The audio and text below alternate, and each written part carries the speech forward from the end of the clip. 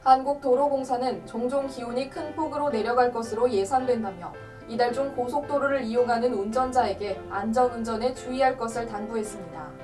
6일 도공에 따르면 사고 통계를 보면 지난 3년간 1월 중 졸음과 주식 퇴만으로 인한 사망자는 34명으로 연중 가장 적은 2월의 19명과 비교해 79%나 많습니다. 지난 3년간 1월은 가을 행락철 및 여름 휴가철 다음으로 고속도로 교통사고 사망자가 많고 주 야간 시간대, 기상 상황 등에 관계없이 사망사고가 빈번하게 발생하는 달입니다.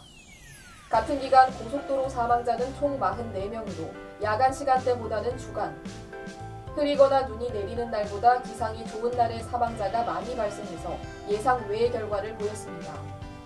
1월 고속도로 사망사고의 특징 중 눈에 띄는 것은 졸음운전과 2차 사고입니다.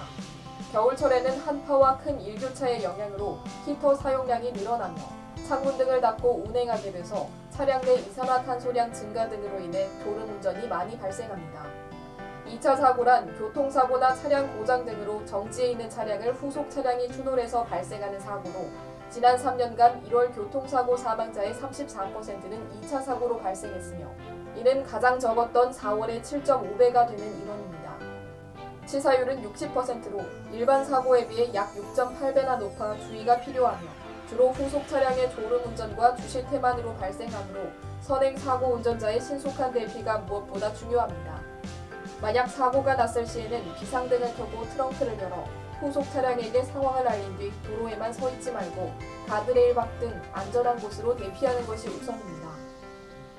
또 본격적으로 기온이 내려가고 눈과 비 등으로 인해 노면이 미끄러울 수 있으니 세심한 차량 관리가 필요한 시기입니다.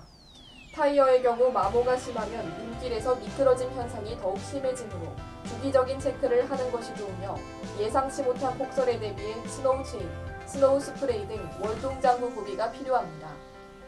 경유 차량은 한파로 경유가 오는 영하 18도 이하로 기온이 떨어질 경우 시동에 문제가 있을 수 있으니 혹한기온 경유나 동결 방지제를 넣거나 연료 필터의 정기적인 점검이 필요합니다. 화물차의 경우 경유가 연료 탱크, 연료 필터 내에서 고형화될 수 있어 주의가 필요하며 지난해 1월의 경우 한파 경보 시 다른 날보다 차량 고장 정보가 19배 이상 증가했습니다. 한국도로공사 관계자는 졸음운전 예방을 위해 30분 단위로 환기를 하고 눈이 내릴 때는 차간 거리를 충분히 확보하고 운행 속도를 20에서 50% 감속하는 등 안전운전에 만전을 기해달라고 당부했습니다.